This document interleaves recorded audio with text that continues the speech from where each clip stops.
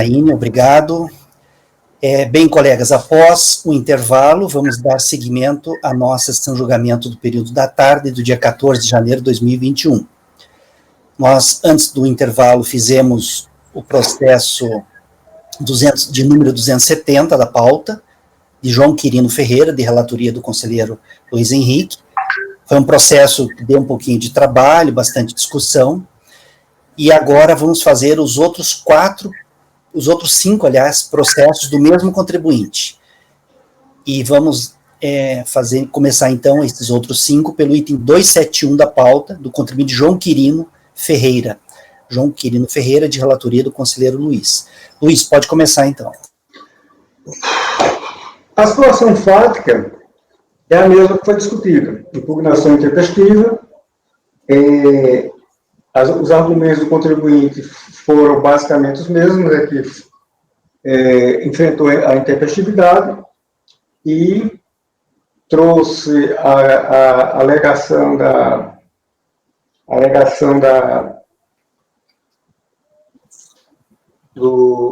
de que não era titulado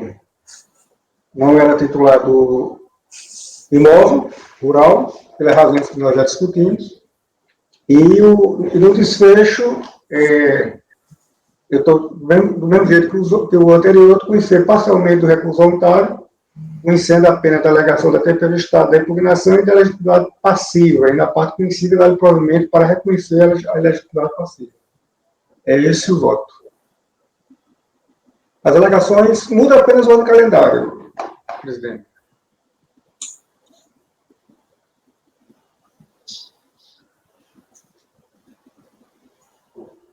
Está sem o microfone dele. Desculpa. As alegações, é o mesmo recurso, a mesma situação do anterior, só mudando o calendário, né? E aí o voto seria o mesmo, então, né? Seria o mesmo. Colegas, a situação é a mesma, só muda o ano calendário.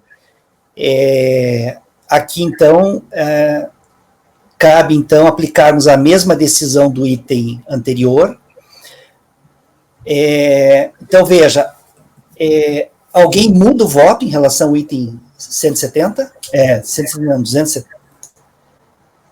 Em relação ao item 270, alguém muda o voto? Não. Mantém o voto? Todos mantêm o mesmo voto, né? Então, eu vou aplicar no item 271 da pauta a mesma decisão proferida no item 271. No item 271, a mesma decisão proferida no item 270. Então, para o item 271 da pauta, ficará assim o resultado. A situação é a mesma do anterior, que teve bastante discussão, né? Só muda o ano calendário. Item 271 da pauta, do contribuinte João Quirino Ferreira. Acordam os membros do colegiado, por maioria de votos, em conhecer parcialmente do recurso voluntário, conhecendo-se apenas da alegação de tempestividade da impugnação e da alegação de ilegitimidade passiva. Vencidos os conselheiros Francisco e Dene, que conheceram somente da alegação de tempestividade da impugnação. Por unanimidade de votos, negou-se provimento ao recurso quanto à alegação de tempestividade da impugnação, e por maioria de votos, deu-se provimento ao recurso quanto à alegação de legitimidade passiva, cancelando-se o crédito tributário discutido no presente processo. Sendo vencidos os conselheiros Francisco e Dene, que negaram provimento ao recurso quanto à legitimidade passiva.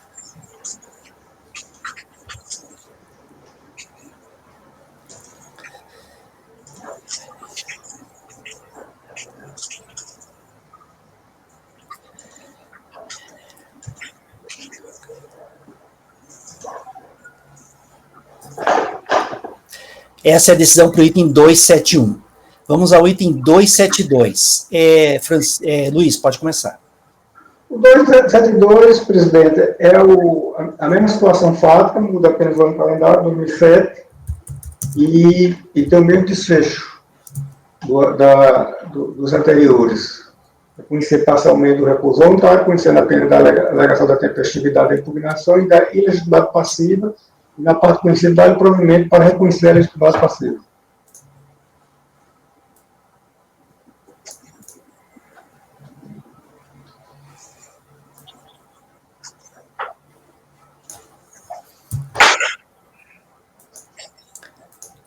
Colegas, mesma situação em relação ao item 272.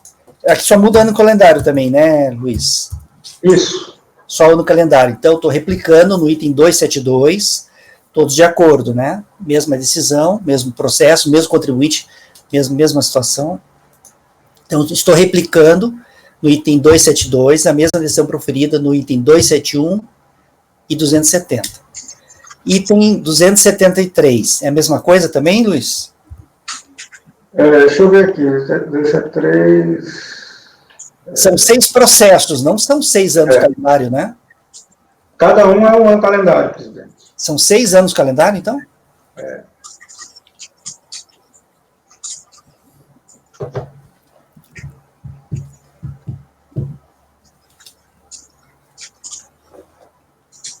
Aqui é o seguinte,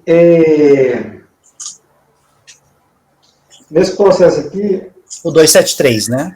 273, eu coloquei aqui, eu coloquei aqui que o recurso voluntário era intempestivo, mas eu estou querendo ver por que eu coloquei isso. Não consta dos autos.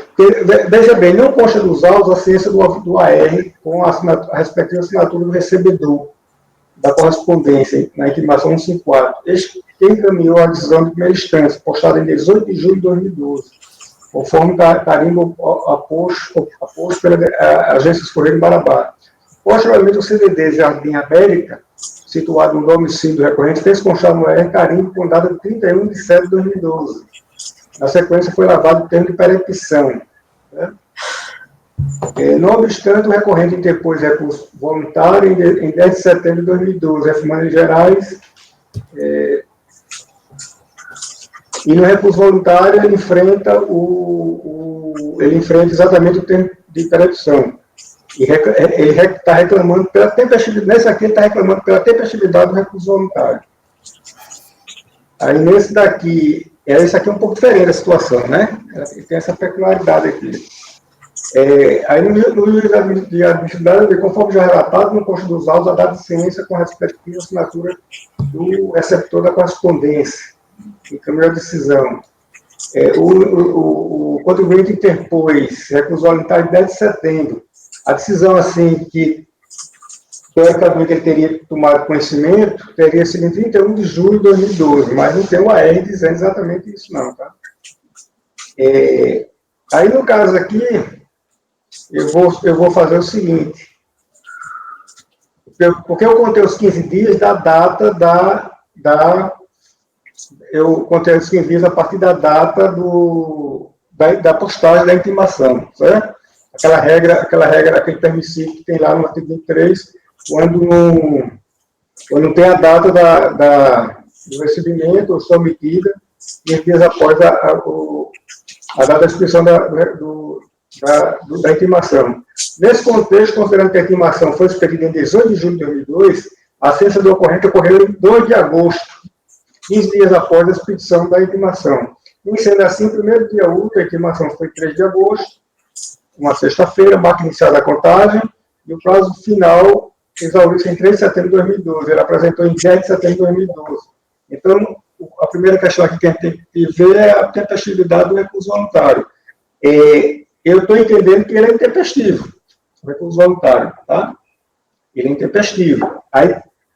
Mas traz aquela alegação da legitimidade passiva, como ele trouxe nos outros. A diferença aqui que a gente está falando aqui por na frente intempestivo, isso aqui a gente está falando do recurso voluntário e é intempestivo. Aí aqui, ele é intempestivo, recurso voluntário. Aí nesse caso aqui,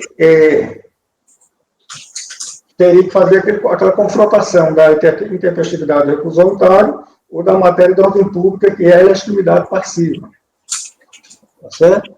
E aqui eu vou pugnar por não conhecer o recurso voluntário, mas cancelar o lançamento pela questão da legitimidade passiva. E para mim ela é mais relevante do que o fato do recurso voluntário não ser tempestivo. Tá, mas você não conhece do recurso, mas dá provimento ao recurso, assim mesmo? Não, como é que vai ser? Não, veja bem, essa aí é como a gente tem decidido. Existe a questão da legitimidade passiva, né? Que é uma matéria de ordem pública. E aqui teria que fazer o confronto das matérias ninguém que essa matéria supera a intempestividade dos recursos voluntários. No primeiro momento, eu entendo assim. Aí a gente teria que votar. A intempestividade é bem clara, né? Não tem muito questionamento, não. Assim, a não ser que os colegas entendam que não precisa, que o fato de não ter o AR, a gente teria que necessariamente.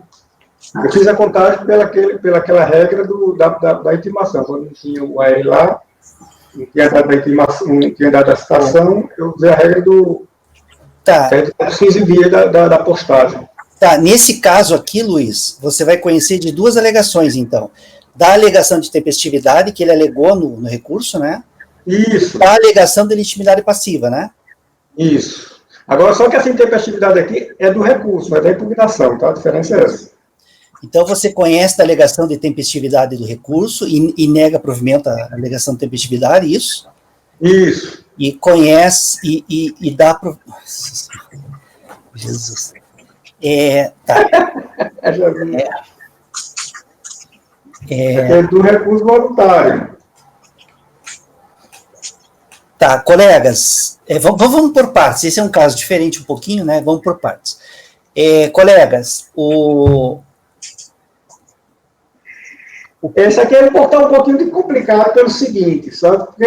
Do conhecimento primeiro, né? Do conhecimento, vamos lá. Colegas, o conselheiro relator está conhecendo da alegação de tempestividade, né? E está conhecendo da alegação de ilegitimidade passiva, tá? A alegação de tempestividade do recurso, aqui não é da impugnação do recurso, porque aqui o recurso voluntário já é intempestivo, está conhecendo a alegação de tempestividade do recurso e da alegação de ilegitimidade passiva. Eu vou perguntar para a turma se a turma acompanha o conselheiro, o relator, nesse ponto, tá? Gregório, como você vota? Francisco, primeiro. Desculpa, perdão. Francisco, como você vota? Só para eu entender, que isso aqui mudou um pouco. Né? Mudou. O recurso é intempestivo. Isso. A diferença é intempestivo, mas ele questiona a tempestividade. Isso, exatamente. Isso aí. Aí está conhecendo para analisar esse questionamento da tempestividade. Isso. Aí o conselheiro relator conhece da alegação de tempestividade e da alegação de ilegitimidade. Isso.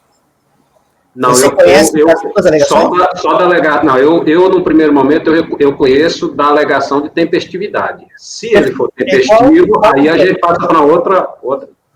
Perfeito, igual o do outro lá. Márcio, como você vota? Agora sou eu. Desculpa. Gregório, vai, então. Eu vou acompanhar o relator. O relator, Márcio. Relator. Renata. Também, relator. Rafael. Relator. Ana. Acompanho o relator. Tá, eu acompanho a divergência, tá? Então, vamos ver como ficou aqui. Então ficou assim, nessa parte. Acorda os membros do colegiado, por maioria de votos, em conhecer parcialmente do recurso voluntário, conhecendo-se apenas da alegação de tempestividade do recurso e da alegação de legitimidade passiva. Vencidos os conselheiros Francisco e Dene, que conheceram somente da alegação de tempestividade do recurso. Tá? Do recurso. Tá. Agora, O 274... Agora, com relação... Agora, vou votar essas duas matérias, tá? Com relação à tempestividade, você nega provimento ao recurso, né, Luiz? Com relação à tempestividade, eu nego provimento ao recurso voluntário, mas reconheço de ofício a elegibilidade passiva. Peraí. Stop. Aqui é de ofício? A legitimidade passiva? Seria de ofício, por quê? Porque ela tá dentro... A gente não considerou que ela faz parte do recurso voluntário?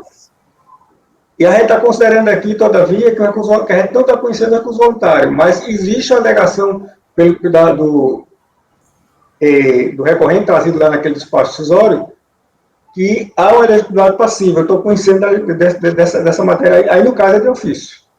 Mas você reconheceu essa ilegitimidade do recurso, o questionamento de legitimidade e da ilegitimidade passiva. Realmente.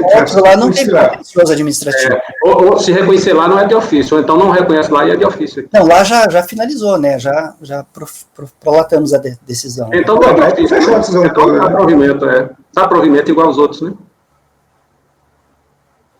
Mas aí fica complicado. Eu não estou conhecendo, estou dando provimento. Aí fica estranho, né? Não, é porque foi assim, no conhecimento... anterior, né?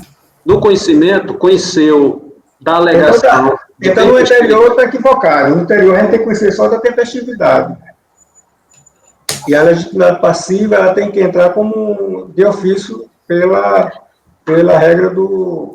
Era isso aí que a gente estava pedindo, a gente sugerindo votar separado, que aí houve essa... Porque todos votaram conhecendo as duas, não só a alegação de tempestividade. Eu acho que mudar aqui, nesse agora, porque como recurso voluntário intempestivo, como recurso, é que nem... Imagine aí que ele o contribuinte apresentou recurso voluntário, e no recurso voluntário ele alegou decadência, vamos supor, uma das matérias de decadência. Mas o recurso voluntário é intempestivo. Então, eu não vou conhecer do recurso, porque ele é intempestivo, beleza. Então, nem vou analisar as matérias que ele deduziu no recurso voluntário. Mas eu estou vendo que é decadente, então, de ofício, vou reconhecer a decadência. Eu acho que o Luiz está certo. Nesse caso aqui agora, não conhecer do recurso voluntário, porque ele é intempestivo, mas de ofício cancelar o lançamento por legitimidade passiva. Exatamente. É isso aí. Mas então a primeira votação, essa aí do conhecimento do recurso, tem que mudar, porque foi...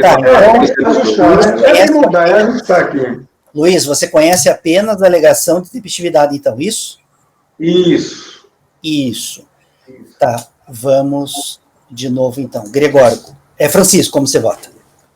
Conheço da alegação de tempestividade. Acompanhe o relator, então. Gregório. Acompanhe o relator. Márcio. Relator, Renata. Acompanho também o relator. Gente, desculpa perguntar de novo, é que quando dá uma mudança no voto, aí é bom perguntar de novo, né? Mesmo simplesmente. Rafael. Relator. Acompanho o relator. Relator, eu também acompanho. O relator está conhecendo apenas da alegação de tempestividade do recurso. Tá? Isso é o 273, não é isso? 273. Acórdãos... Perfeito. Tá. Então... Aí eu coloquei assim, Denis, só para facilitar o seu dispositivo. Eu conheci parcialmente do RV, recurso voluntário, conhecendo apenas da alegação de tempestividade do recurso voluntário, reconhecendo de ofício a elegibilidade passiva do recorrente. Eu tenho que falar que, para nessa parte conhecida, negar provimento. Ótimo. Porém, de ofício, para nessa parte conhecida, negar provimento. Porém, de ofício. Para a parte conhecida, negar o provimento.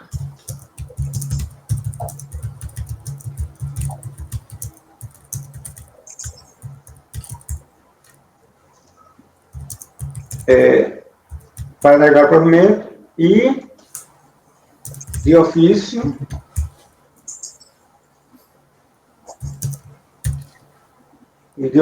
reconhecer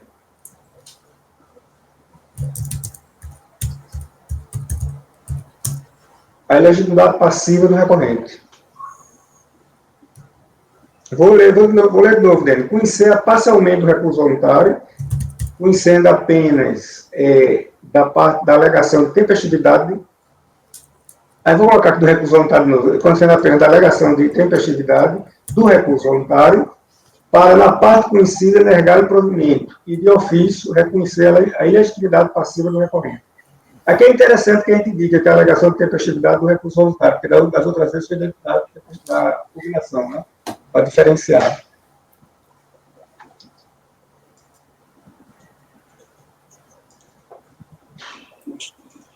A impugnação desse também foi intempestiva, Luiz?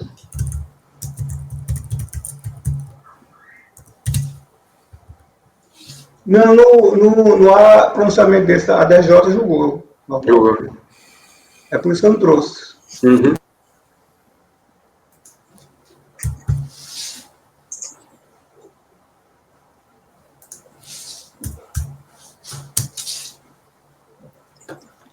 O termo de interrupção ele foi feito em face do recurso voluntário. Tá, colegas, então a turma, por unanimidade, conheceu parcialmente do recurso voluntário em relação ao item 273, conhecendo apenas da alegação tempestiva do recurso, e nessa parte conhecida do recurso, negou provimento, tá? Esse é o voto do Luiz, né? Ninguém diverge, né? Alguém diverge? Não, né? Conheceu parcialmente, nessa parte negou provimento, até já perguntei para todos. E agora o Luiz, de ofício, o Luiz reconhece a legitimidade passiva do recorrente. Tá? O Luiz reconhece de ofício a legitimidade passiva do recorrente, cancelando o crédito tributário discutido no presente processo. Agora eu vou perguntar, Gregório, com relação ao conhecimento da legitimidade passiva do contribuinte e do cancelamento do crédito tributário do presente processo, você acompanha o relator? Acompanho, mas nesse time tem Francisco. Oi? Ai, desculpa. Francisco. Eu vou divergir em relação ao reconhecimento de ofício da legitimidade. Isso. Gregório, desculpa. Gente, eu estou bem perdidinho. Acompanho. Cara, é natural. O Luiz me embaralha a cabeça. Esses processos do Luiz foram... Eu pensei que fosse simples, mas não foi simples não, cara. Gregório, você acompanha, né? Relator. Márcio? Eu acompanho. Renata? Acompanho. Rafael? Eu acompanho o relator. Ana? Acompanho. Eu vou acompanhar a divergência. Então ficou assim, né? E, de ofício, reconhecer a legitimidade passiva do recorrente, cancelando-se o crédito tributário discutido no presente processo. Coloque que foi por maioria, né, Deni? Oi? E por maioria de votos, né? Aí deu maioria, né? Tem que colocar, né? E por maioria. Perfeito. E por maioria de votos.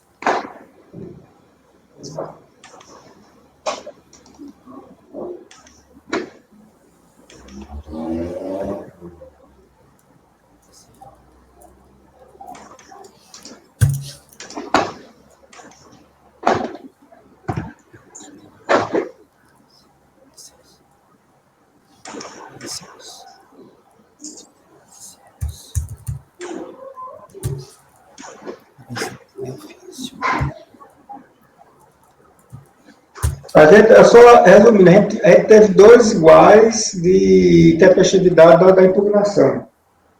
É isso? E 4 de recurso voluntário.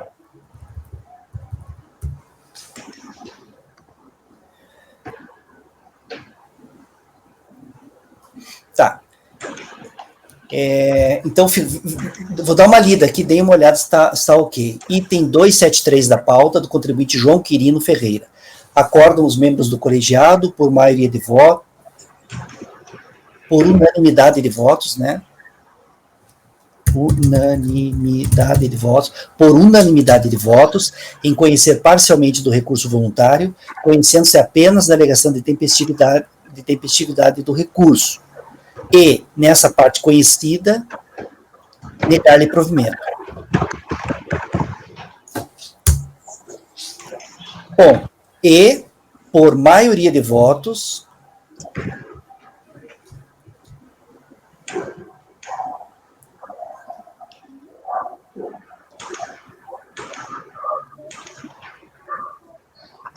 reconhecer de ofício, ficou olhando, analisando os tempos verbais aqui se estão corretos, e, por maioria de votos, reconhecer de ofício a ilegitimidade passiva do recorrente, cancelando-se o crédito tributário discutido no presente processo. Ponto. Vencidos os conselheiros Francisco e Dene, que não reconheceram a ilegitimidade passiva. Seria isso, né? Perfeito, né? Perfeito.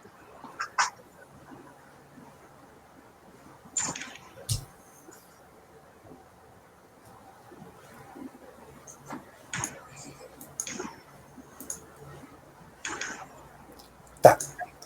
Próximo é o item 274, do mesmo contribuinte, João Quirino Ferreira. Pode começar, Luiz. É a mesma situação. Interpretação de recurso voluntário é a mesma situação fática.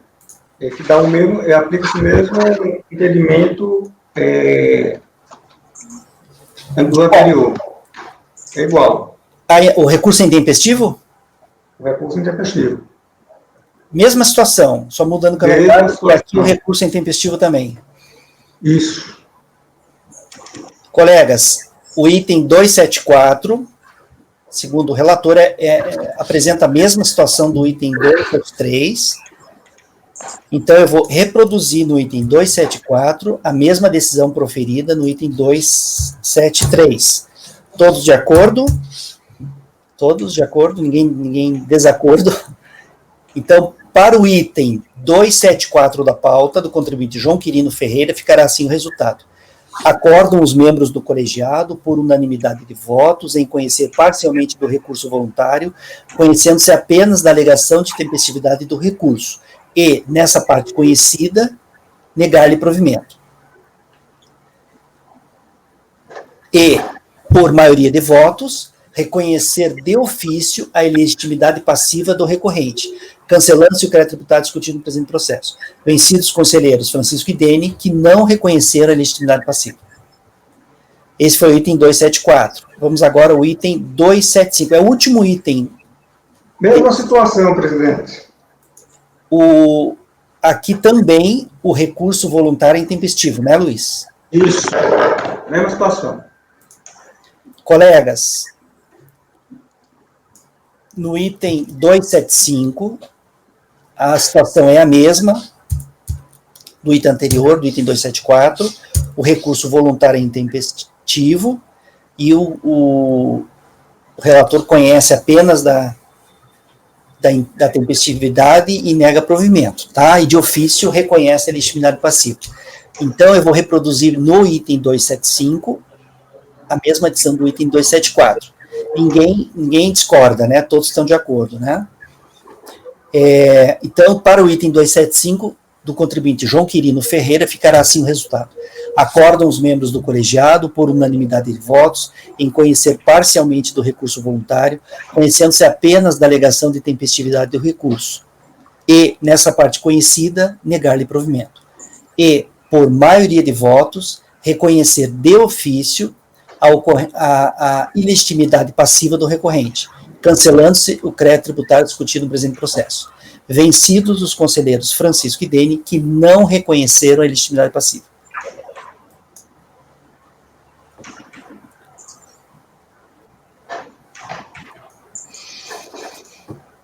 Tá, agora, colegas, vamos para o item 276 da pauta, de relatoria do conselheiro Gregório, o item 276... Não vai entrar na pauta da tarde, Dene? Desculpa, perdão. Temos que ir para a pauta da tarde agora. Calma. Os meus agora. Isso. É o 327. 237, né? 327. Como é que é? 327. Isso. Tá, é do Francisco agora. Isso, exatamente. Obrigado, Gregório. Colegas, nós finalizamos, então, aqueles itens que a gente queria julgar do período da manhã, que eram itens da pauta com prioridade, porque estavam bastante tempo na pauta. Agora vamos fazer itens da pauta da tarde do dia 14 de janeiro de 2021. E vamos iniciar pelo item 237 da pauta, de relatoria do conselheiro Francisco. É um item também que está desde junho na nossa pauta. É do contribuinte, o item 237, é do contribuinte Ari José Alves. 327. 327, eu falei o quê? 237. É dislexia, eu acho. É 327 do contribuinte Ari José Alves, de relatoria do conselheiro Francisco. É por isso, Gregório, que às vezes eu fico enfadonho aqui, porque eu repito várias vezes o mesmo número, porque teve um vídeo, numa das primeiras sessões de julgamento por videoconferência, que eu falei uma vez só o número, e depois a Rose, lá do CARF, me alertou que eu tinha falado o número errado. E aí, o que salvou é que eu falei o nome do contribuinte, né? Então, por isso que eu tenho repetido várias vezes, para em alguma delas deu certo. Então, repita de novo, seu vídeo, não é bem. Vamos lá. 327, item 327, do contribuinte Ari José Alves, de relatoria do Francisco, conselheiro Francisco. Francisco, pode iniciar, então. Ô, Denis, só fazer uma observação. Para a pauta do mês que vem, eu vou fazer os lotezinhos, assim, dos meus para você inserir, tá? Prioritários. Eu tenho muitos desses que estão nessa situação, só para não ter que tirar de ordem agora e tudo, e a gente seguir, aí eu faço, porque assim, eu tenho muita coisa que está represada também. Eu até pensando que tem muita coisa de junho, muita coisa de julho, nessa mesma situação. Viu, Renata? Eu vou encaminhar para o DN, que eu acompanho a pauta, eu acompanho a nossa sessão com a planilha, né? E aí, eu já até, no primeiro dia, compartilhei com vocês, destaquei os processos que estão pautados desde junho. Uhum. Quando terminar essa sessão, eu vou encaminhar para o DN essa planilha e vou destacar os processos de junho e de julho, que ainda permanecem em pendência de julgamento, porque nunca dá tempo de julgá-los. Apesar de não vai dar tempo de entrar para fevereiro, porque não tem tempo, né, Álvaro? Esses processos vão entrar para março.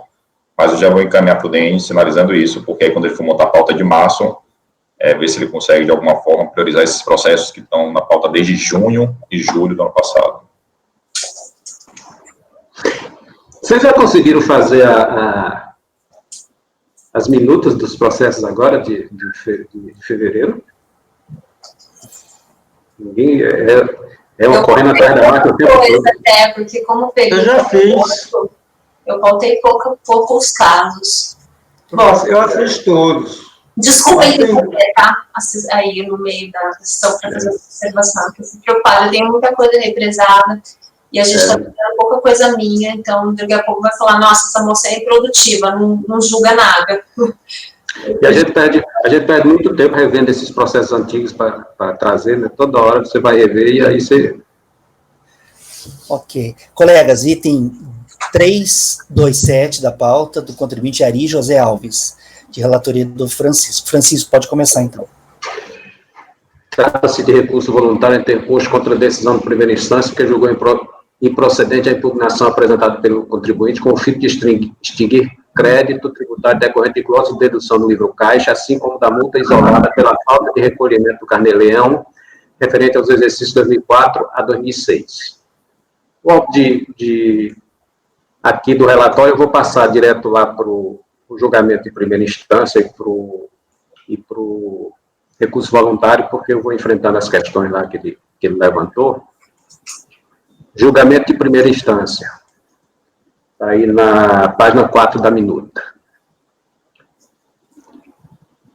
Eu vou ler aqui a emenda da decisão do julgamento de primeira instância. Fato gerador do IRPF anual. O fato gerador do IRPF é complexo civil anual, se completando em 31 de dezembro de cada ano. Decadência. Para o IRPF, o fato gerador do imposto sobre rendimento sujeito ao ajuste anual aperfeiçoa-se no momento em que se completa o período de apuração dos rendimentos e deduções, 31 de dezembro de cada ano calendário, quando se constata que o sujeito passivo sofreu retenção do imposto de renda na fonte pagadora ao longo do exercício, à medida que recebe rendimentos tributários ou recolheu o tributo mensalmente quando sujeito ao carnê-leão. Multa isolada por falta de recolhimento do carnê-leão declarado no ajuste anual. Denúncia espontânea. Existe multa isolada sobre o valor do imposto mensal devido e não recolhido, mesmo que os rendimentos correspondentes tenham sido declarados. Não se aplica ao caso da denúncia espontânea. Multa isolada e multa de ofício, concomitância. A aplicação da multa isolada decorre descumprimento do dever legal de recolhimento mensal do carnê-leão, não se confundindo com a multa proporcional aplicada sobre o valor do imposto apurado após constatação de declaração de ajuste anual. Livro caixa, escrituração. Para fazer jus à dedução do livro caixa, deve o sujeito passivo apresentar o referido livro devidamente escriturado e e a comprovação das despesas que preenchem os requisitos de necessidade, normalidade, usualidade e correspondem aos bens e serviços efetivamente recebidos e pagos ao prestador. Jurisprudência, efeito. Aí ele questiona, o contribuinte questionou, trouxe jurisprudência, mas nada vinculante, a DRJ também refutou, como também o fez em relação à multa de ofício e juros de mora, e em relação ao suposto aspecto confiscatório da multa de ofício. No recurso voluntário, o contribuinte basicamente replicou os argumentos da impugnação, e aqui eu destaco os principais pontos. Os fatos geradores ocorridos entre 1º de janeiro e 12 de setembro de 2003 não poderiam ter sido objeto de referido lançamento por ter se operado a decadência do direito que o ofício detinha de constituir o respectivo crédito tributário. A multa isolada é ilegal face à denúncia espontânea ao princípio da construção. Eis que o imposto devido foi recolhido espontaneamente e a multa de ofício consumiu referida exação. As glosas das deduções de livro caixa que foram ilegais, a incidência cumulativa da multa de ofício mais juros moratório e taxa Selic é inconstitucional, aí ele transcreve jurisprudência perfilhada a sua argumentação, e por fim pede a nulidade do lançamento por violação aos princípios constitucionais da legalidade, ampla defesa e contraditório, cancelamento da autuação, a possibilidade de efetuar a sustentação oral. E o recurso preenche todos os requisitos de admissibilidade, dele eu tomo conhecimento, eu enfrento as argumentações de nulidade, e vejo que o lançamento, está no voto aí, preencheu a autoridade autuante, agiu conforme preceitua a legislação, então eu refuto essa alegação de nulidade do lançamento, e aí eu vou seguindo para os princípios, alegação de agressão a princípios constitucionais, aí já na folha 7 da minuta. De igual modo, também não há nada que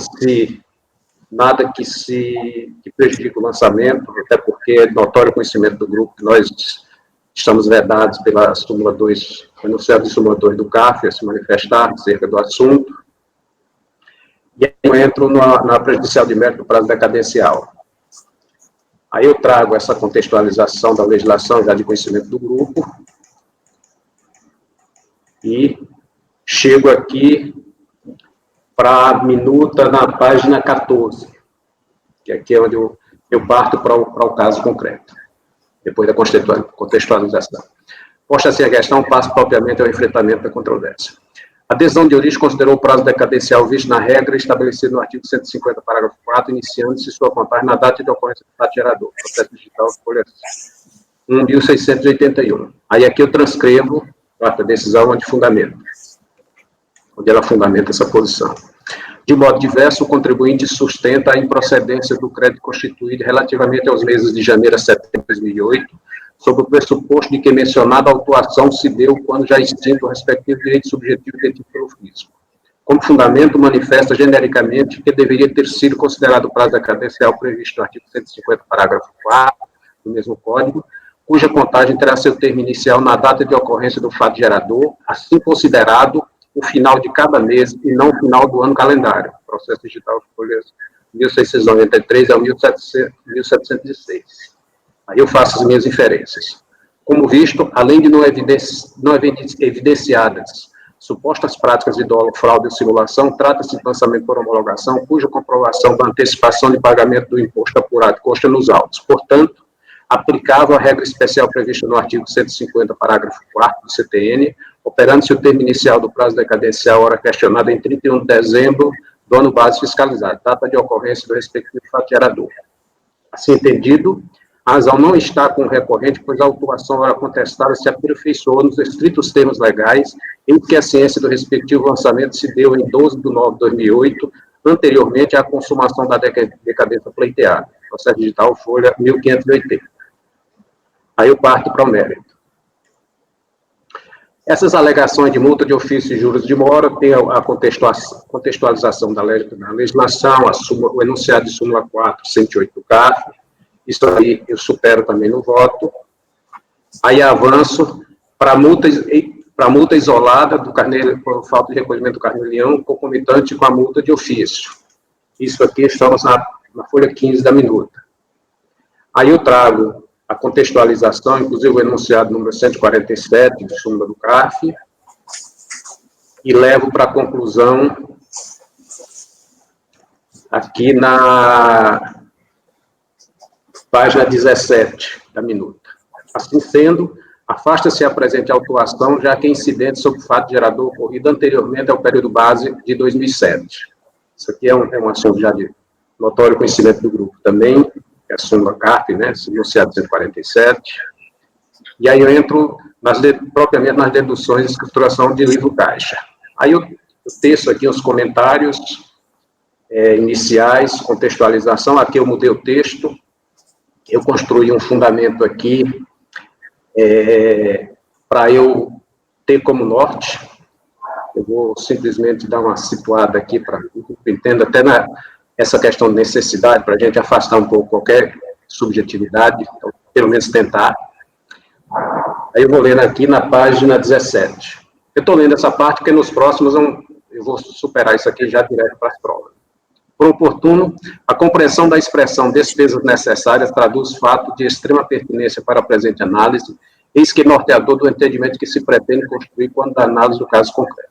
Por conseguinte, buscando afastar eventual subjetividade casuística, aproveita-se por analogia do mandamento visto no artigo 47, parágrafo 1º e 2º da Lei 6, da Lei 4.506, de 64, assim como do que está posto no artigo 96, parágrafo 1º e 3º da Lei 10.406, Código Civil.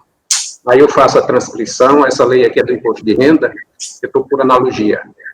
São operacionais as despesas não computadas nos custos necessários à atividade da empresa e à manutenção da respectiva fonte produtora. São necessárias as despesas pagas ou incorridas para a realização das transações ou operações exigidas pela atividade da empresa. As despesas operacionais admitidas são as usuais ou normais no tipo de transações, operações ou atividades da empresa. Aí, seguindo para o Código Civil, as benfeitorias podem ser voluntárias, úteis ou necessárias. São voluntárias as de mero deleite ou recreio que não aumentam o uso habitual do bem, ainda que o tornem mais agradável ou sejam de elevado valor. São úteis as que aumentam ou facilitam o uso do bem.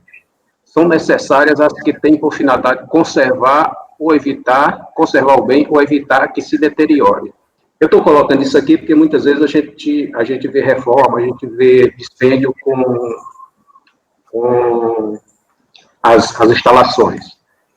Então, eu vou trabalhar com essa necessidade aqui. Os bens, para fim de conservar o bem ou evitar que deteriore. Salientes que, de igual importância para o deslinde da questão, assim é definido o termo necessário pelo dicionário online disponível na rede mundial de computador. E eu trago aqui uma pesquisa de internet, onde a gente pesquisa tudo, que o necessário aqui, ele é entendido como imprescindível, essencial. Aí eu faço a inferência.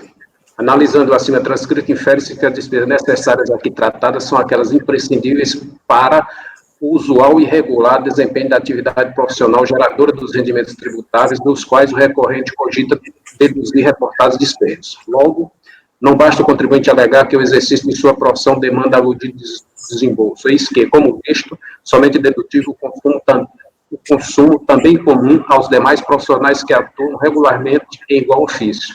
O efeito, aí também se inclui o custeio apropriado da manutenção que tenha por proposta a conservação e a preservação dos bens igualmente indispensáveis para a normal e corrente execução do serviço prestado.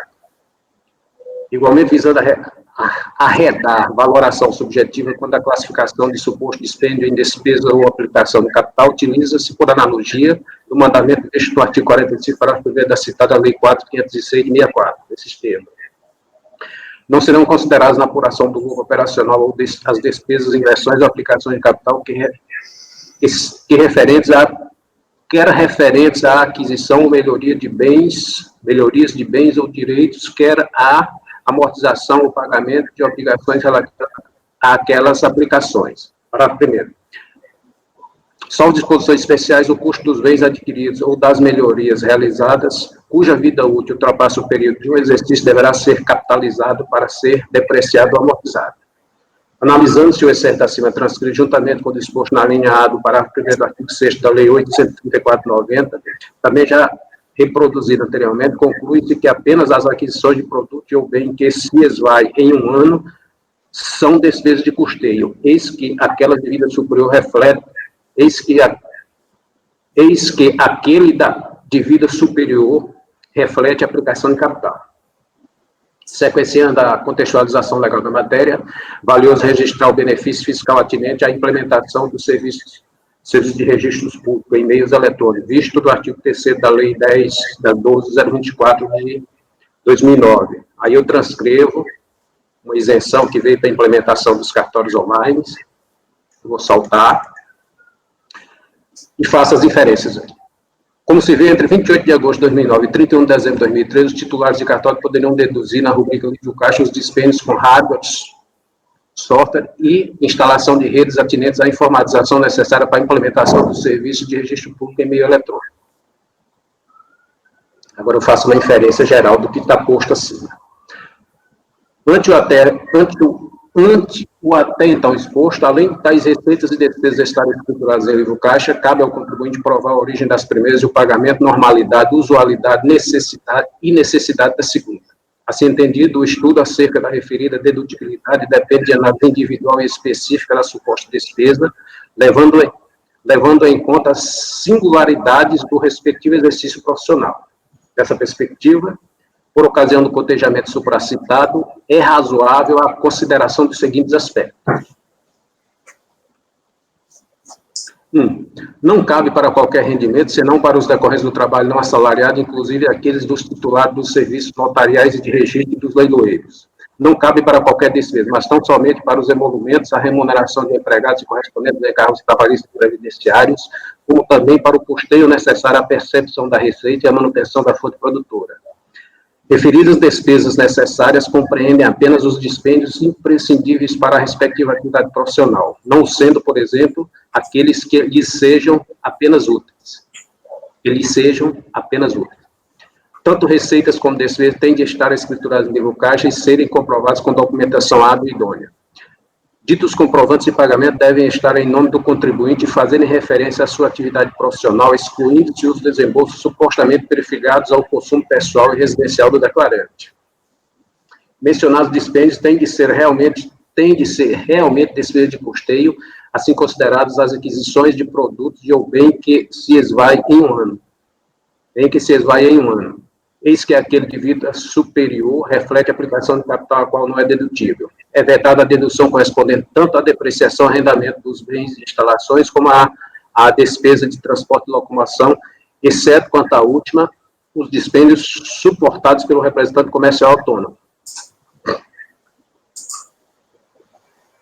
A apontada dedução é vedada quando os respectivos rendimentos tiverem por origem a prestação de serviço de transporte em veículo próprio locado ou adquirido com reserva de domínio ou alienação fiduciária, bem como no rendimento bruto dos garimpeiros regularmente matriculados. Excepcionalmente, entre 28 de agosto de 2009 e 31 de dezembro de 2013, os titulares de cartório poderão deduzir tanto a aplicação de capital quanto despesa de custeio com hardware, software e instalação de redes atinentes à informatização do serviço de registro público em meio eletrônico. 10º. A receita mensal da atividade é o teto da respectiva dedução, aproveitando-se o excedente até o final do correspondente ano base, sendo desprezado o montante que supostamente restaria transportado para o ano subsequente. Bom, como eu tenho inúmeros processos de livro caixa, muitos entrarão nos outros meses, eu dei uma reformulada geral para que eu tenha um norte, e da agora para frente o que eu entenda é o que é necessário, e quando for bem tanto de bem de consumo, quanto de reforma de instalação, aplicação de capital em instalação, despesa de instalação, para que eu tenha um norte e tente manter uma certa linha de entendimento. Agora, passo a análise da questão, como farei a parte dos próximos, a partir daqui. Essa primeira parte aí já é de conhecimento do grupo, eu acho necessário a gente voltar a discutir. Agora, o caso específico. Preliminarmente, como visto no relatório, o sujeito passivo é titular de serviços notariais, atividade profissional geradora dos rendimentos, de cuja base tributável foram deduzidas citadas despesas. Portanto, além da já descrita escrituração e comprovação, a presente análise terá por pressuposto o acolhimento o acolhimento da dedução em montante correspondente à remuneração de empregados, juntamente com os encargos trabalhistas e previdenciários decorrentes, aos emolumentos pagos, assim como às despesas que se mostrarem imprescindíveis para o corrente exercício profissional em cenário de normalidade. Analisando os autos do processo, nota-se que a autoridade fiscal examinou detidamente cada despesa escriturada, assim como os respectivos esclarecimentos apresentados em atendimento aos termos de intimação fiscal, cujo detalhamento está registrado no termo de verificação fiscal em planilhas a ele anexadas.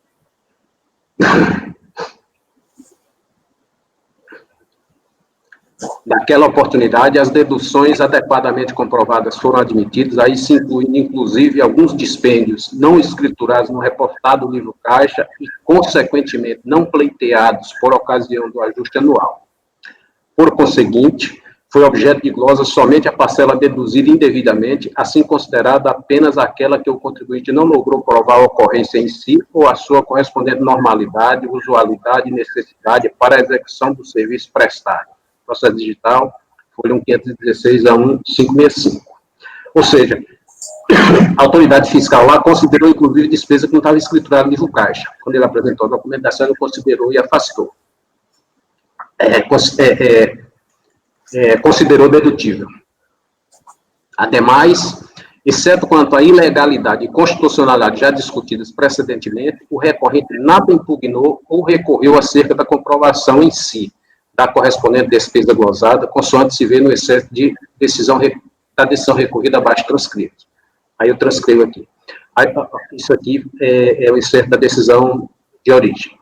As despesas glosadas pela fiscalização estão circunstanciadamente descritas no termo de verificação fiscal, folha 1278-1325. Essa divergência aqui de número de páginas em função do processo digital, com toda a sua motivação e fundamentação legal, inclusive com planilhas bastante descritivas das espécies e valores de despesas que não foram consideradas como dedutíveis da base de cálculo do imposto. Nessa seara, o litigante nada apresentou ou comprovou na fase impugnatória que pudesse elidir a tributação, ainda que parcialmente. Limitou-se ele tão somente a fazer citação de jurisprudência administrativa que, para o presente caso, é improfícua, porque essas considerações, mesmo que proferidas pelo colegiado, sem uma lei que lhe atribua eficácia, não constituem normas complementares de direito tributário. Destarte, não podem ser estendidas genericamente a outros casos, somente aplicam-se sobre as questões de análise e vinculam as partes envolvidas naquele litígio, à exceção das decisões do STF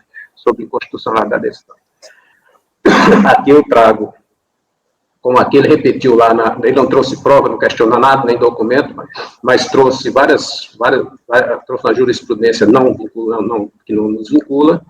Eu trouxe rebato esse argumento, e aí concluo. Quanto ao exposto, rejeita as preliminares suscitadas no recurso e, no mérito, dou-lhe parcial provimento, cancelando-se a multa isolada por falta de pagamento do Carnê-Leão nos termos do enunciado número 147 de súmula do CARNE. É como voto. Ok, Francisco. Colegas, em relação ao item 325, o conselheiro relator está votando no sentido de dar provimento parcial ao recurso voluntário, cancelando apenas a multa isolada por falta de recolhimento do Carnê-Leão. Lembrando que aqui é anos calendário de 2006 para trás, é 4, 5 e 6. E a concomitância da multa é a partir de janeiro, a partir 2007. Né? Eu entendo que a partir de janeiro, né, e daí tem aquelas que, como a medida provisória é do dia 20 de janeiro, tem alguns que têm entendimento que pode ser a partir dali, né? Mas 2006 para trás, realmente não cabia a aplicação concomitante. Vamos lá, então. Alguém gostaria de comentar o processo, o voto do relator? Não? Eu também acompanho você na questão que você fala da necessidade da despesa, né? Para mim, tem que ser uma despesa sine qua non, sem a qual o negócio não funciona, né? Não pode ser apenas uma despesa útil, ela tem que ser necessária. Vamos lá, Gregório, como você vota? Agora eu começo por você, Gregório. Acompanha. Acompanha. Márcio. Relator. Renata, Acompanho. Rafael, Eu acompanho o relator. Luiz, Relator. Ana, Acompanho o relator. eu também acompanho o relator. Então, colegas, para o item 327 da pauta do contribuinte Ari José Alves, ficará assim o resultado.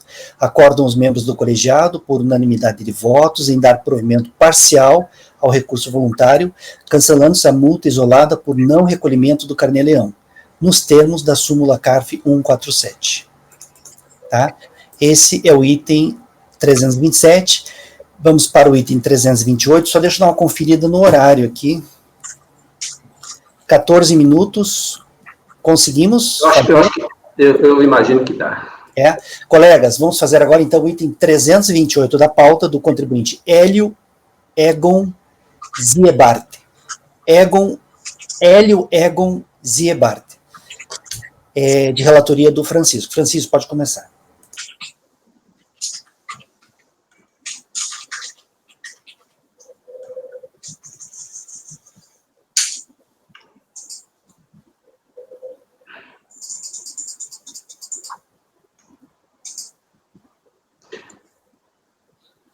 Igualmente, o recurso ele contesta a autuação em função de glosa de dedução do livro caixa e multa isolada pela falta de recolhimento carnê-leão referente ao exercício 2009. Eu vou lá para o que a gente enfrenta lá, eu vou para a decisão aqui de primeira instância. Relatório um pouco extenso, mas...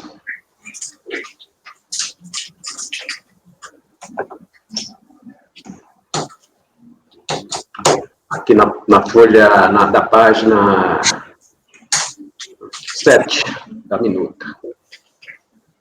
Aí o jogador de origem, ele considerou procedente em parte a impugnação apresentada pelo contribuinte. Basicamente, são os assuntos que a gente vai enfrentar aqui no recurso voluntário. Eu vou dispensar a leitura declinar a leitura de ler a decisão de origem, e trago direto aqui para as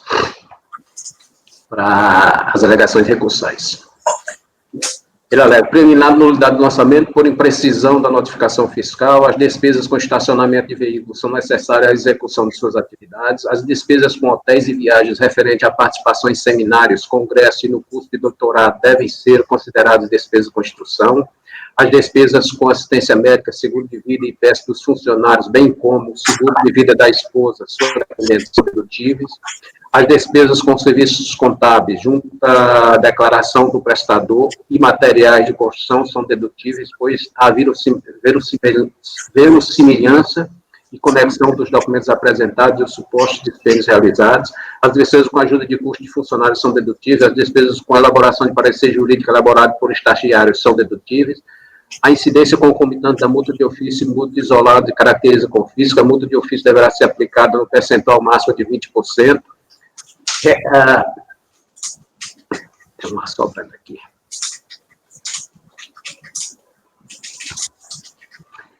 Reconheceu como devida a quantia de 3.169, a qual foi recolhida, transcreve doutrina de jurisprudência perfilhada à sua pretensão e, por fim, pede, em sede preliminar, a nulidade do lançamento. Superada a preliminar, que seja reconhecida a dedutibilidade da despesa glosada. Subsidiariamente, o cancelamento da multa isolada e a redução da multa de ofício ao patamar de 20%, assim como a correção e o aproveitamento do valor já recolhido. O recurso aqui na admissibilidade, o recurso preenche os requisitos de admissibilidade, contudo, embora atendido os demais pressupostos de admissibilidades, ele colhe-se somente parcialmente ante a ausência de interesse recursal visto no presente voto. Aí eu vou para as preliminares, eu enfrento aqui a alegação dele de nulidade, tal como fez perante o jogador de primeira instância, e vejo que não se justifica, porque a autuação foi formalizada exatamente como prevê a legislação. igual tratamento eu estou dando, igual entendimento eu estou tendo em relação à agressão a princípios constitucionais, e daí se considerando a discussão do enunciado número 2 de Carlos, do GRAF, e aí no mérito. Compensação de valores recolhidos espontaneamente. Tem um chiadozinho aí, alguém que está com o microfone aberto? Né? Ou é algum contato aqui?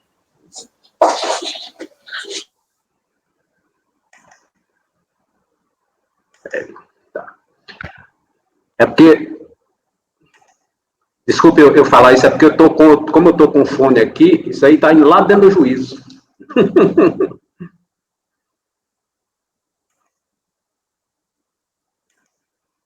Compensação de valores recolhidos espontaneamente. O recurso voluntário não é meio apropriado para o contribuinte requerer subsidiariamente a compensação do suposto direito creditório decorrente de recolhimento espontâneo efetuado no curso processual. Contudo, regra geral, referido aproveitamento processado de ofício ou em atendimento a requerimento do sujeito passivo na unidade preparadora da Secretaria Especial da Receita Federal do Brasil, independentemente de manifestação desse conselho. Por conseguinte, tratando-se de matéria estranha à lide, já que nem indiretamente dela decorrente, não se conhece desreportada parcela recursal, eis que carente de interesse processual. Multa de ofício e juros de mora, e igualmente o outro, a gente já julgou e tem julgado, tem súmula, denunciado de súmula tratando dessa matéria, vou declinar de analisar. Multa isolada, carnê-leão concomitante com a multa de ofício, o enunciado 147, eu já estou indo para a conclusão, aqui o exercício 2009, bem anterior ao 2007, e aí eu concluo, assim sendo, afasta-se a presente autuação, já que incidente sobre fato gerador ocorrido anteriormente ao período base de 2007. E aí entro propriamente nas deduções de despesas de livro caixa. Essa parte teórica, essa construção nova que eu já li no outro voto, eu vou dispensar a leitura, declinar de ler, porque acabei de ler agora, como eu comentei, que ele lê naquele voto justamente que entendi desnecessário nos outros, e aí venho aqui para enfrentar mesmo a questão na página 17 da minuta. Posta-se a questão, passa a análise do caso concreto. Aqui a mesma situação, ele é titular de cartório e registro de imóveis, então a análise das situações é na perspectiva do titular de cartório. Você não pode comparar um titular de cartório com outra atividade, então é dentro dessa perspectiva. Analisando os autos do processo, nota-se que a autoridade fiscal examinou detidamente cada despesa escriturada, assim como os respectivos esclarecimentos apresentados em atendimento aos termos de intimação fiscal, cujo detalhamento está registrado no termo de verificação fiscal e demonstrativo a ele anexado. Por conseguinte, foi objeto igual somente a parcela deduzida indevidamente, assim considerada apenas aquela que o contribuinte não logrou provar a ocorrência em si ou a sua correspondente normalidade, usualidade e necessidade para a execução do serviço prestado, consoante se verá na sequência. Processo digital, folha 365 a 397. Está muito bem explicado esse sistema de verificação fiscal, detalhadamente, o que está sendo admitido e o que não está lá. Nesse contexto, o presente exame terá por sequenciamento a transcrição de excerto do acordo recorrido, quando for o caso, a específica contestação do recorrente, finalizando com o entendimento deste relator acerca do tópico abordado. Das despesas com assessoria jurídica. Entendimento do julgador de origem. Portanto, para que as despesas com honorários advocatícios sejam dedutíveis, devem enquadrar-se em um dos incisos acima. Toda evidência não se enquadra. Primeiro, esse inciso acima é essa legislação que eu já transcrevi, aquelas situações lá. A toda evidência não se enquadram de plano nos dois primeiros, haja vista não se tratar de remuneração paga a terceiro com vínculo empregatício, nem de emolumentos, 2. Para tais gastos, como despesa de custeio, para serem dedutíveis, tem que ser necessária a percepção da receita e a manutenção da fonte produtora. Salienta-se que ambas as exigências não são alternativas e sim cumulativas. Ou seja, as despesas, além de serem necessárias a percepção da receita, devem também ser necessária a manutenção da fonte produtora, concomitantemente. Assim, no caso vertente, os honorários advocatícios não integram aquelas despesas tidas como de custeio, já que os trabalhos profissionais podem ser realizados independente desse ônus. Repita-se. Para serem considerados como tais, devem os gastos estarem intimamente ligados ao processo de exploração das atividades afins, de modo a proporcionar remuneração adequada e suficiente para garantir a subsistência da fonte produtora. O autuante contesta. Ao contrário do que diz o julgado de primeira instância, a defesa não foi genérica. A defesa não foi genérica, sendo genérica, isso sim, autuação fiscal sem capitulação legal. O que ocorre é que não foram observados os requisitos do artigo 37 da Constituição Federal à validade do ato administrativo. Mas ele diz que é a gozo da parcela de pareceres jurídicos sem fundamento legal. A fiscalização censura a contratação de advogado para dar parecer jurídico, inclusive quanto ao valor pago, assim expresso no laudo de fiscalização. Há de se admitir ainda que não é usual o pagamento mensal por cartório de valores a títulos advocatícios por serviço de consultoria e assessoria prestada. O que se espera relativamente à contratação de advogado é que ela seja esporádica e específica, normalmente vinculada a eventual demanda judicial na qual o cartório seja parte. Situação não demonstrada nesse procedimento. E aí, nesse ponto, eu mantenho a decisão de origem. Despesas vinculadas a estacionamento de veículo. Aqui eu não vou nem... eu vou declinar de ler, porque a legislação é muito clara, que ela é só em caso específico, representante comercial, aquela despesa com transporte. Aqui o contribuinte alega que ele vai trabalhar, ele deixa o carro no estacionamento e ele tem direito a deduzir isso no livro caixa. Mas isso não está relacionado com a despesa de custeio necessária à sua atividade. Eu também mantenho a decisão de origem. Despesas com hotéis e viagens. Entendimento da decisão de origem. Na mesma linha de raciocínio, entendemos que despesas com hotéis e viagens não atendem ao caso de oficial de justiça, de oficial de cartório. A exigência legal de serem as mesmas necessárias à percepção da receita e da manutenção da fonte produtora. Ressalte-se a necessidade da cumulatividade da existência de duas condições para que a despesa seja considerada de custeio de acordo com a exigência legal acima esforçada. Isso aqui é a transcrição da decisão. Contestação do recorrente.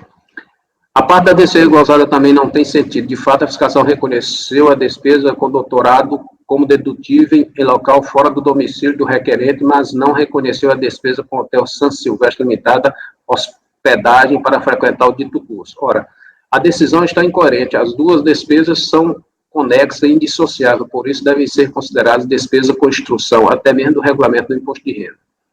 Na mesma linha de raciocínio e pelos mesmos motivos, a despesa de viagem com congresso e seminário deve ser considerada na dedução. Aqui ele mistura um pouco despesa com dedução e dedução de educação e livro de instrução e livro caixa. Aí eu faço uma inferência aqui. A proposta, a autoridade autuante considerou as despesas com hotéis e viagens tidas como necessária à percepção da receita e à manutenção da fonte produtora, consoante se vê no excesso do termo de verificação fiscal abaixo. Aqui eu transcrevo uma parte do termo de verificação, onde foi aceitada uma reunião de oficial de cartório, e a autoridade fiscal considerou como despesa necessária e reconheceu a despesa de deslocamento e hotel. Nesse ponto, mantém-se retocável a decisão de origem. Despesa com seguro de vida, assistência médica e IPEC.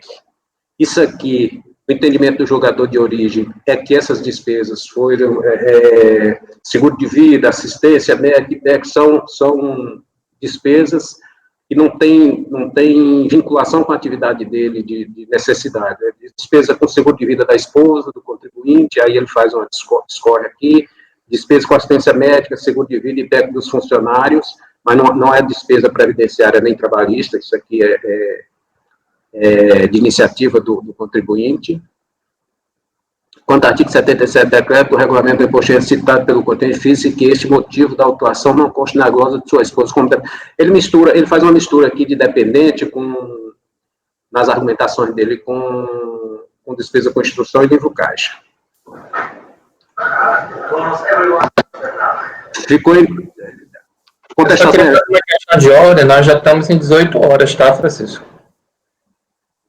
Não sei se era bom prudente deixar para concluir amanhã. Não sei, Deni, o que tu acha? Aqui faltam 3 minutos no meu aqui. Tá. Pode ser, ó, nesse ponto aqui eu mantenho eu mantenho a instrução. Se a gente quiser, a gente continua das despesas com aluguéis. Deixa eu ver o que é que falta aqui. É pouquinha coisa.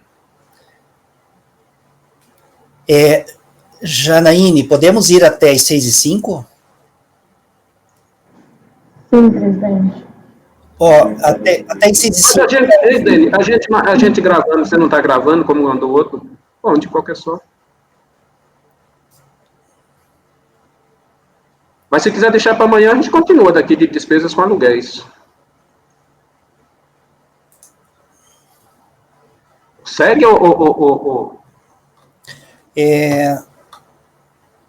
Despesas de viagem. Só um pouquinho, deixa eu editar. Eu tenho umas despesas que eu estou lendo aqui, mas tem muitas situações que, por exemplo... Eu acho que dá para você seguir aqui, mais legislação, aqui não sei. Você não precisa ler tudo também, né? Por exemplo, eu vou pegar daqui da última, despesa com estagiário. Essa despesa com estagiário foi glosada, pegando da última, eu vou pegar dela para lá. Despesa com estagiário, ela é uma despesa que ele não tem relação nenhuma de estágio, simplesmente ele paga lá, então não tem uma regularidade, então não tem caracterização de estágio em si. Então foi glosada por isso e eu mantenho por esses motivos. Essa segunda despesa, diz a pagamento de ajuda de custo. Isso é uma ajuda de custo paga a esposa dele, que é oficial do cartório, mas não tem uma relação de emprego, então ela são ajuda de custo, mas ele não provou esse ressarcimento de despesas de viagem, e a fiscalização entendeu como se fosse uma remuneração paga de forma indevida, sem registro de carteira, então não comprova a relação de trabalho, por isso que foi glosado e eu mantenho da mesma forma. Essa próxima despesa, documentos não hábeis. Essa aqui talvez fosse interessante dar uma olhadinha rápida. Em relação à despesa com escritório de contabilidade.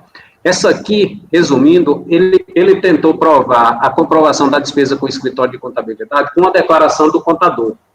O contador fez uma declaração dizendo que recebeu tanto no ano. Eu até fiz aqui, eu até transcrevi aqui, na página 22.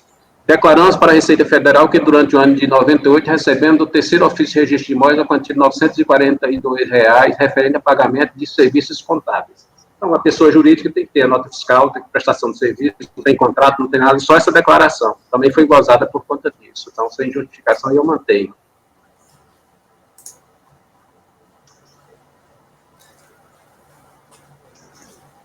E a próxima aqui, que é a despesa com aluguéis, é a última aqui.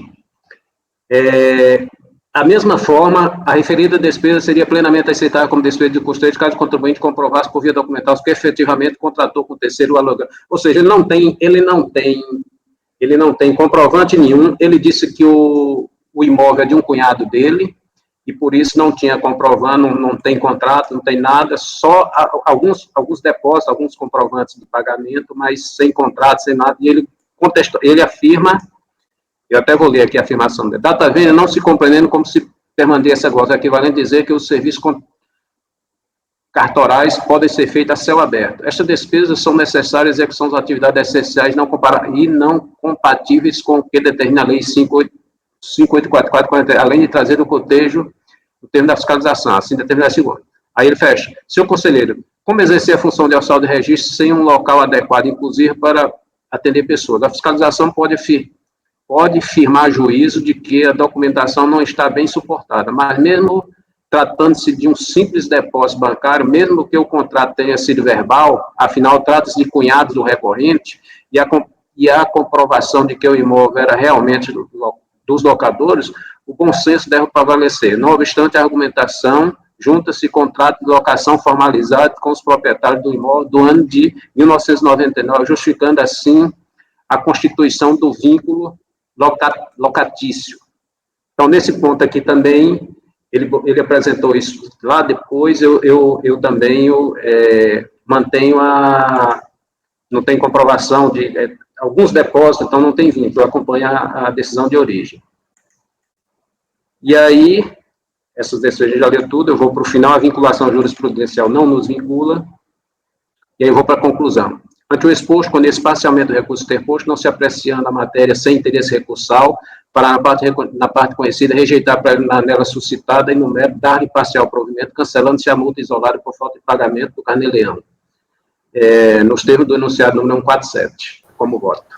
Ok. Colegas, em relação ao item 328 da pauta, o conselheiro relator está conhecendo parcialmente do recurso, não está conhecendo da alegação de compensação de valores recolhidos espontaneamente, e na parte conhecida, está dando parcial provimento para cancelar apenas a multa isolada por recolhimento do carnê-leão. Alguém gostaria de comentar o processo ou o voto? Gregório, como vota? Um relator. Márcio? Relator. Renata? Acompanho. Rafael? Deixa eu só abrir a câmera aqui que eu fechei que deu um problema aqui. Eu acompanho o relator. Luiz?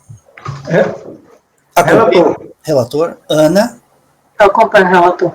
Eu também acompanho o relator. Então, em relação ao item 328 da pauta, do contribuinte Hélio Egon Ziebart, ficará assim o resultado. Acordam os membros do colegiado, por unanimidade de votos, em conhecer parcialmente do recurso voluntário, não se conhecendo da alegação de compensação dos valores recolhidos espontaneamente e, na parte conhecida do recurso, dar-lhe provimento parcial, cancelando-se a multa isolada por não recolhimento do carnê-leão, nos termos da súmula CARF 147. Colegas, vamos encerrar por aqui, dado o horário, e amanhã, às 9 horas, a gente retoma a nossa reunião, ok? Rafael Francisco